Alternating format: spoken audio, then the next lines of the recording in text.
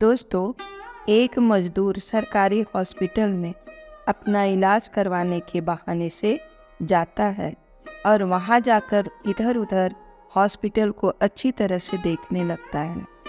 वहां पर जाने के बाद एक महिला उसे बेड के ऊपर बहुत बुरी हालत में दिखाई देती है और जैसे ही वह उस महिला को गौर से देखता है तो वह महिला और कोई नहीं, उसी की पत्नी थी, जो काफ़ी दिनों से उससे दूर रहा करती थी और उसकी पत्नी बहुत बुरी कंडीशन में थी।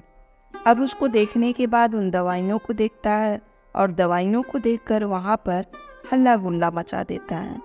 हल्ला गुल्ला को सुनकर वहाँ पर डॉक्टर साहब आ जाते हैं और डॉक्टर साहब आते ही वह मजदूर उनसे कहता है कि तुम जैसे डॉक्टर को तो मैं सस्पेंड कर दूंगा। अब इस बात को सुनकर जो डॉक्टर है ना, एकदम से उस पर हाथ उठाने लगता है। तभी एक व्यक्ति साइड से आकर उसका हाथ पकड़ लेता है और उसे बताता है कि यह मजदूर और कोई नहीं है, यह इस शहर के कलेक्टर साहब हैं। और इस बात को सुनने के बाद डॉक्टर एकदम से हाथ जोड़ लेता है और कलेक्टर साहब से माफ़ी मांग लेता है। दोस्तों, क्या कारण था जो कलेक्टर साहब मजदूर बनकर उस हॉस्पिटल में गए और किस वजह से उनकी पत्नी वहां पर इतनी बुरी हालत में पड़ी थी? पूरी कहानी के बारे में जानने के लिए वीडियो को अंत तक जरूर देखें। यह कहानी उत्तराखंड के एक छोटे से गांव की है, जो गांव बॉर्डर के काफ़ी नज़दीक पड़ता है। उस गांव के अंदर एक नितिन नाम का लड़का रहा करता था, जो कि अभी चौथी क्लास में पढ़ रहा था। उसके घर में उसके पिता हैं, ना ही उसका कोई भाई है, ना ही उसकी कोई बहन है और ना ही उसकी माँ है। माँ की मृत्यु उसके पहले हो चुकी थी। किसी बीमारी को लेकर उसके पिता का नाम होता है तो रति राम, जो कि एक छोटा मोटा किसान है। वह अपनी खेती बाड़ी किया करता था, उसी से अपने बच्चे का पालन पोषण कर रहा था और अपने बेटे को बहुत ज़्यादा प्यार किया करता था। उसने अपने घर में एक छोटा सा ब्लैक एंड वाइट टीवी भी लगा रखा था। उस ब्लैक एंड वाइट टीवी पर एक फिल्म चल रही थी और उस फिल्म को दोनों बाप बेटे एक साथ बैठकर देख रहे थे। तभी उस फिल्म के अंदर एक बड़े अधिकारी का रोल आता है, जो कि भ्रष्ट लोगों के ऊपर एक्शन ले रहा होता है। उस रोल को देखने के बाद जो लड़का चौथी क्लास में पढ़ रहा था, वह एकदम से अपने पिता से कहता है कि पिताजी, मैं बड़ा होकर इतना बड़ा अफसर बनूंगा जितना कि टीवी में देख रहे हैं। उसकी इस बात को सुनकर उसका पिता हंसने लगता है और कहता है कि ठीक है बेटा, तू पढ़ लिख करके इतना ही बड़ा अफसर बन जाना। धीरे धीरे समय बीतता जाता है और समय के साथ साथ उस लड़के नितिन की स्कूली एजुकेशन कंप्लीट हो जाती है। और जैसे ही उसकी स्कूली एजुकेशन कंप्लीट हुई तो उसके पिता उससे कहते हैं कि बेटा, अब तूने पढ़ाई लिखाई बहुत कर ली, अब इसके बाद तू ऐसा कर, खेती बाड़ी में मेरी मदद कराया कर और घर के काम की देखभाल किया कर। लेकिन नितिन एकदम से अपने पिता से कहता है कि पिताजी, आप मेरे सपने को चूर चूर क्यों करना चाहते हो? और उसके बाद उसका पिता कहता है कि बेटा, कौन सा सपना और कैसा सपना? तो वह बताता है कि जब मैं चौथी क्लास पढ़ रहा था तो हम लोग वह फिल्म देख रहे थे ना, उसके बाद मैंने आपसे क्या कहा था कि मैं एक बड़ा अफसर बनूंगा, तो मैं बड़ा अफसर बनना चाहता हूँ, मैं आगे भी पढ़ाई को करना चाहता हूँ। इसके बाद उसके पिता कहते हैं कि बेटा, मैं बुजुर्ग हो चुका हूँ और इतनी खेतीबाड़ी हमारे पास नहीं है जिससे तुम्हारा जीवन भी आसानी से बीत जाए और फिर तुम क्यों चक्कर में पड़ रहे हो। लेकिन जो नितिन है ना, उसके दिमाग में उस अफसर की छवि कुछ ऐसी बन गई थी कि उसे उसके सिवा कुछ भी दिखाई नहीं दे रहा था। वह अपने पिता से कहता है कि पिताजी, आपका खेती बाड़ी में मैं हाथ बटा दिया करूँगा और साथ में आप घर की देखभाल भी कर लिया करूँगा। लेकिन अगर आप चाहते हो कि मैं कुछ पैसा कमाऊँ तो मैं कुछ बच्चों को ट्यूशन पढ़ा दिया करूँगा, जिससे कुछ आमदनी भी हो जाएगी और आपको मेरा ध्यान भी देना पड़ेगा और आप मुझे सपोर्ट भी करोगे, तो मैं बड़ा अफसर ज़रूर बन जाऊँगा। अब बेटे की इस बात को सुनकर पिता भी राजी हो जाता है और कहता है कि ठीक है बेटा, अगर तू ऐसा ही चाहता है तो अपने सपने को जरूर से पूरा कर ले। उसके बाद जो लड़का था नितिन, वह गाँव के ही बच्चों को ट्यूशन पढ़ाने लगता है और जिन बच्चों को ट्यूशन पढ़ाया करता उन्हें अच्छी तरह से बातों को समझा दिया करता था और इसी वजह से जो बच्चे उस पर ट्यूशन पढ़ा करते थे वह अव्वल नंबर लाते थे। अब जैसे ही बच्चों के अच्छे नंबर आने लगे तो उसके बाद यह बातें पूरे गांव में फैल जाती है और गांव के साथ साथ ये दूसरे गांव में भी बात फैल जाती है और उसके बाद नितिन के पास और भी ज़्यादा बच्चे ट्यूशन पढ़ने के लिए आने लगते हैं और नितिन सभी बच्चों को एक साथ ट्यूशन पढ़ाने लगता है। धीरे धीरे समय बीतता गया। समय के साथ साथ वह अपनी ग्रेजुएशन को भी कर रहा था और साथ में ही वह अपने पिता का खेतीबाड़ी में हाथ भी बटाया करता था। घर के अंदर खाना पाना भी बनाया करता था क्योंकि उसके पिताजी बहुत ही ज़्यादा बुजुर्ग थे और वह अपने ट्यूशन को भी देख रहा था। धीरे धीरे समय बीतता गया और समय के साथ साथ नितिन के पास बहुत सारे बच्चे ट्यूशन पढ़ने के लिए आने लगते थे। तो नितिन का एक कोचिंग सेंटर खुल गया जिसमें वह बच्चों को ट्यूशन पढ़ाया करता था और उसने 3-4 टीचरों को भी स्टॉक में रख लिया था।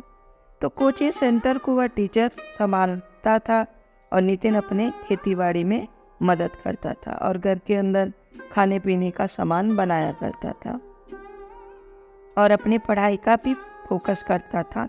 इसी तरह से नितिन को ग्रेजुएशन का फाइनल ईयर हो जाता है और जैसे ही नितिन फाइनल ईयर में पहुंचता था तो उसके बाद उसके पिता कहते हैं कि बेटा, अब सभी लोग उंगलियां उठाने लगे हैं, कह रहे हैं कि तुम्हारे बेटे की उम्र शादी के लायक हो गई है, अब तुम्हें इसकी शादी कर लेनी चाहिए क्योंकि घर के अंदर अगर कोई महिला आएगी तो वह तुम्हारे घर को अच्छी तरह से सज संवार कर रखेगी।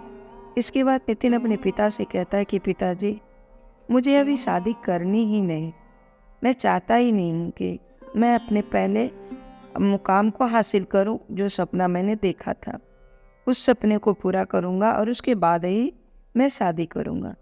अगर मेरी शादी आप करवा देंगे तो मेरा सपना अधूरा रह जाएगा।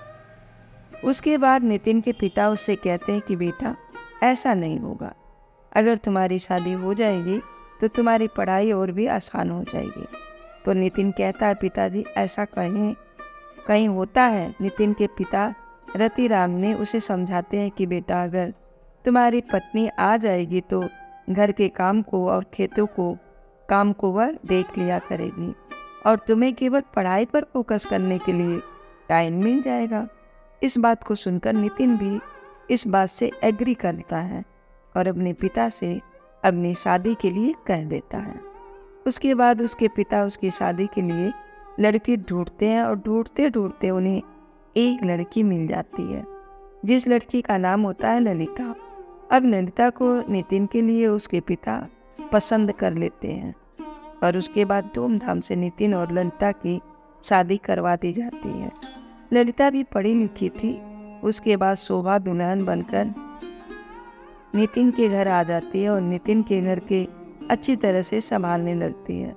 धीरे धीरे समय बीतता गया और समय के साथ साथ ललिता भी नौकरी करने लगी जिद करके। अब यह बात जैसे नितिन को पता चलती है तो नितिन उसे मना करता है, कहता है कि घर के अंदर बहुत सारा काम है, तुम इसी काम को कर लो और अगर तुम्हें नौकरी ही करनी है तो तुम पढ़ी लिखी हो ना, मेरी कोचिंग सेंटर पर ही पढ़ा लिया करो। लेकिन ललिता उससे मना करती है, कहती है कि मैं बाहर से कमाऊँ, यहाँ पर रोज़ तुम्हारा काम अब भी चल रहा है। उसके बाद ललिता नहीं मानती है और अपने पति से जिद करने लगती है कि मुझे नौकरी करनी है।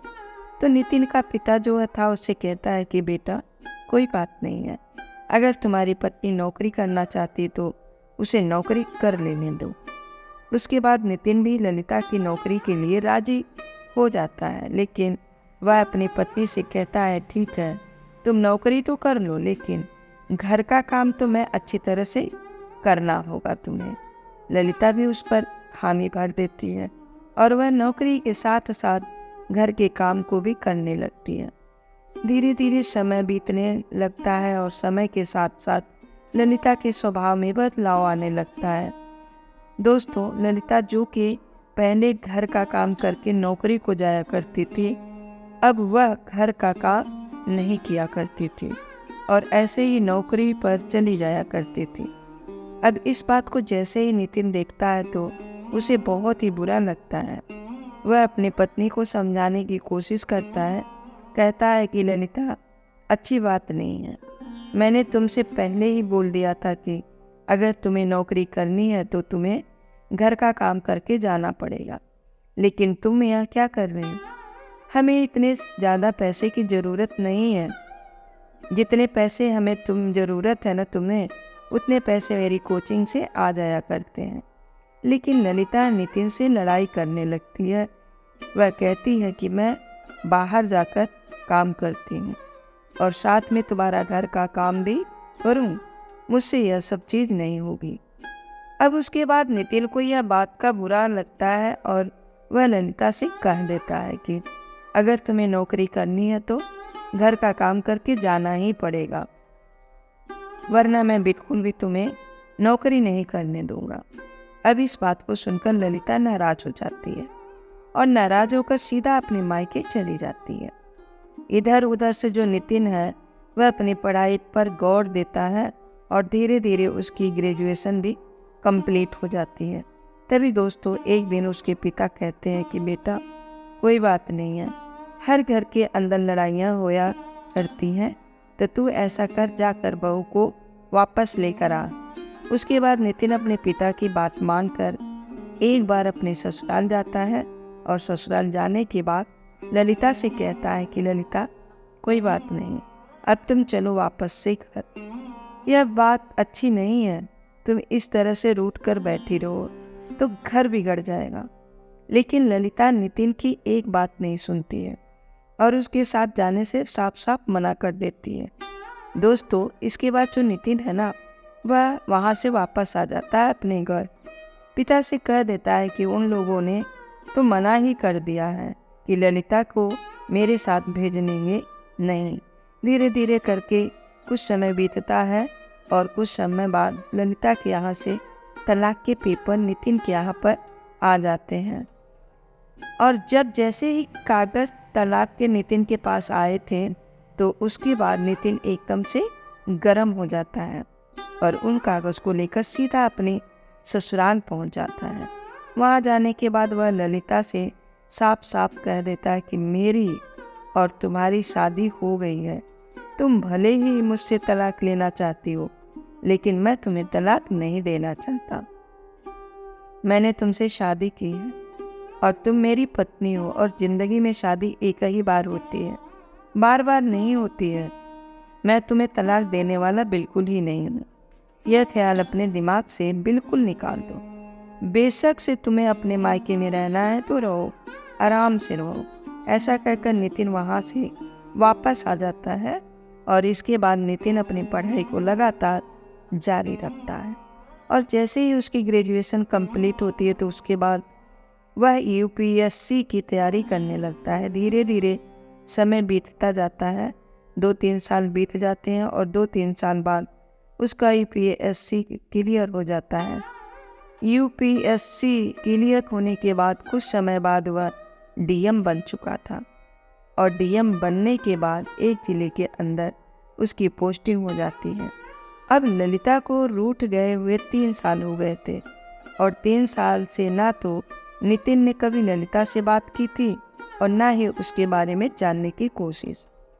डीएम बनने के बाद नितिन उस जगह का अच्छी तरह से कार्यभार संभालता है और बड़ी ईमानदारी से मेहनत के साथ वहाँ के कामों में जुट जाता है। तभी उसके सामने एक सरकारी हॉस्पिटल की शिकायत आती है और बताया जाता है कि इस हॉस्पिटल के अंदर ना तो अच्छी सी दवाइयाँ दी जाती हैं और ना ही अच्छे से इलाज किया जाता है। यहाँ के जो डॉक्टर हैं वह पेशेंट के साथ बहुत बुरा व्यवहार करते हैं और उसको एक्सपायर दवाइयाँ दे दिया करते हैं और बहुत सारे पेशेंट की इसी वजह से जान जा चुकी होती है। अब इसके बाद पहली शिकायत को तो वह ऐसे ही छोड़ देता है, लेकिन तभी उसका पीए उसे बताता है कि इस हॉस्पिटल के खिलाफ पहले भी कई बार शिकायतें आ चुकी हैं। अब जो नितिन है सभी शिकायतों को पढ़ने लगता है और सभी शिकायतों में एक जैसी बातें लिखी हुई थी।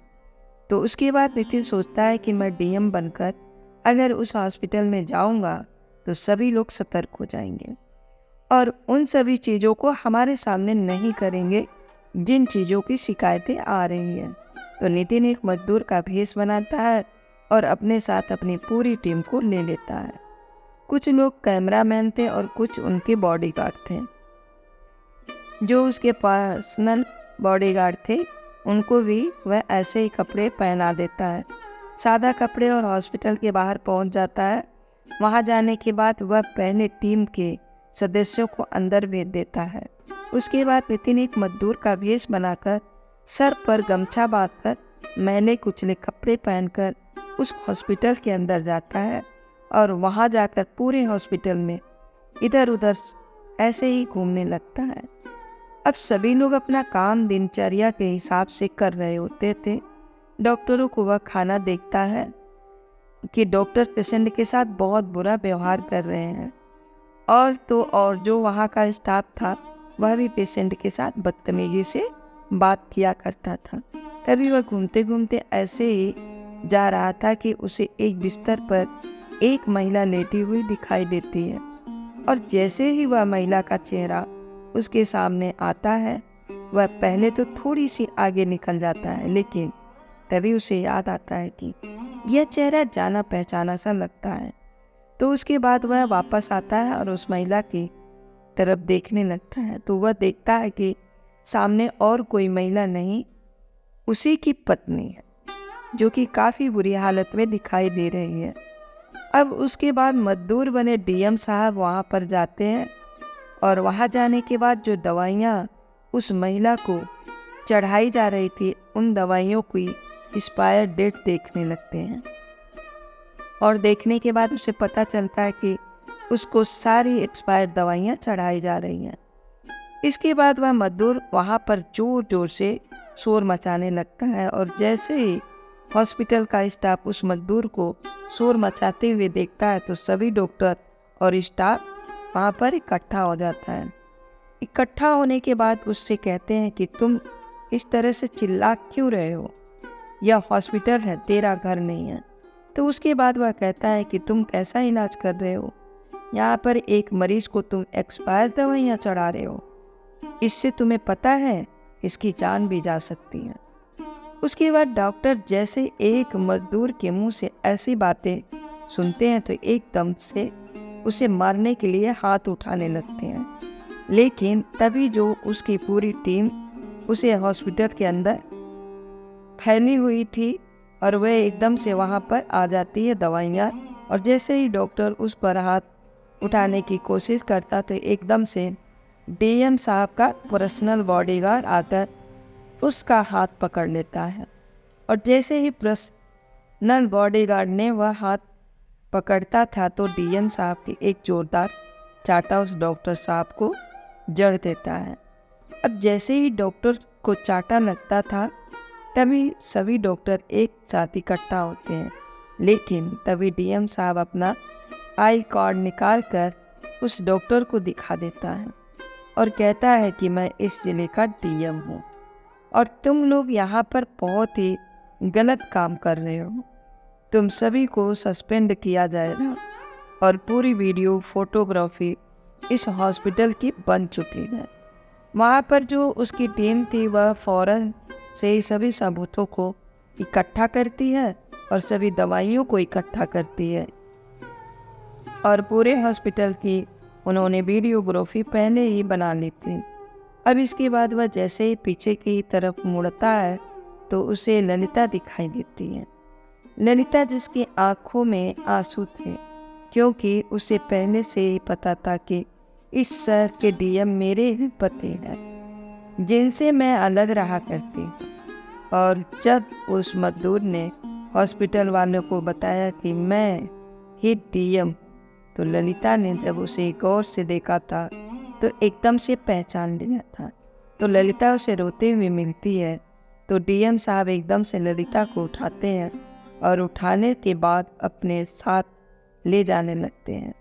तभी ललिता एकदम से हाथ जोड़कर नितिन के सामने माफ़ी मांगने लगती है और कहती है कि नितिन, मुझे माफ़ कर दो, मुझसे बहुत बड़ी गलती हो गई है और मुझे पता था कि तुम ही इस शहर के डीएम हो। उसके बाद नितिन एकदम से उससे कहता है कि माफ़ी मांगने का टाइम नहीं है, तुम्हारी जान बचानी है, और उसके बाद मैं तुमसे बात करूँगा। डीएम साहब उसको उठाकर अपनी कार में बिठाकर और ड्राइवर को कहते हैं कि जल्द से जल्द गाड़ी एक दूसरे हॉस्पिटल में ले चलो। वहाँ पर जाकर ललिता की अच्छी तरह से इलाज करवाना है। उसके बाद ललिता को लेकर वह दूसरे हॉस्पिटल में ले जाते हैं और वहाँ पर इलाज चलता है और ललिता की हालत में धीरे धीरे सुधार होने लगता है।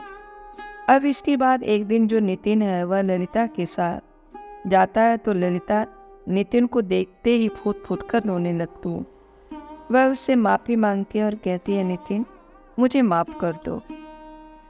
उसके बाद नितिन उसे शांत करवाता है और कहता है कि इसमें माफ़ी मांगने वाली कौन सी बात है, मैंने तो कभी भी तुम्हें अलग नहीं माना था। मैं तो उसी दिन से तुम्हें अपनी पत्नी मानना था। मैंने तुमसे बोल दिया था कि शादी जिंदगी में एक ही बार होती है और तुम्हें तलाक नहीं देने वाला हूँ। तो हम दोनों का तलाक ही नहीं हुआ है और ऐसे छोटे मोटे झगड़े हर घर में हो जाया करते हैं। इस बात को सुनने के बाद ललिता और भी ज़्यादा फूट फूट कर रोने लगती है। तभी जो नितिन है वह उससे पूछता है कि ललिता, तुम हॉस्पिटल में इतनी बुरी हालत में कैसे, आखिर क्या हुआ था, तुम मुझे बताओगी? तो उसके बाद ललिता अपनी कहानी नितिन को बताने लगती है। वह बताती है कि नितिन, जब मेरा और तुम्हारा तलाक हो गया था उसके बाद मैं मायके से ही उस स्कूल में पढ़ाने के लिए जाया करते थे और तुम्हारी उन बातों को सुनकर मैंने तलाक देने का फैसला मन में रख लिया था। अब इसके बाद मैं उस स्कूल में पढ़ा रही थी, तभी मेरे पिता की तबीयत खराब हो जाती है और जब उनकी तबीयत खराब हुई थी तो उन्हें इसी हॉस्पिटल में लाया गया था। लेकिन धीरे धीरे उनकी तबीयत और भी ज़्यादा बिगड़ने लगी और उसके बाद उनकी मौत हो जाती है। इधर उनकी मौत होती है और उसी दिन मैं स्कूल में ड्यूटी करने के लिए नहीं जा पाती थी और ड्यूटी पर न जाने के कारण स्कूल वालों ने मुझे ड्यूटी से निकाल दिया था। अब उसके कुछ दिनों बाद मेरी भी थोड़ी सी तबीयत खराब होती है और उसके बाद मैं भी इस हॉस्पिटल में आ जाती हूँ और जैसे ही मैं इस हॉस्पिटल में आती हूँ तो उसके बाद मेरी तबीयत दिन पर दिन और ज़्यादा खराब होने लगती है। इस बात को कहते हुए ललिता की आंखों में बार बार आंसू टपक रहते। तो नितिन उसे चुप कराता है और कहता है कि अब सब कुछ ठीक हो गया, कोई बात नहीं, तुम्हें टेंशन लेने की कोई ज़रूरत नहीं है। इसके बाद उन डॉक्टरों पर उचित कार्रवाई की जाती है। उस हॉस्पिटल से मिले हुए सारे सबूतों को डीएम साहब कोर्ट में पेश कर देते हैं और उस हॉस्पिटल के लिए दोबारा से नए स्टाफ का चयन किया जाता है।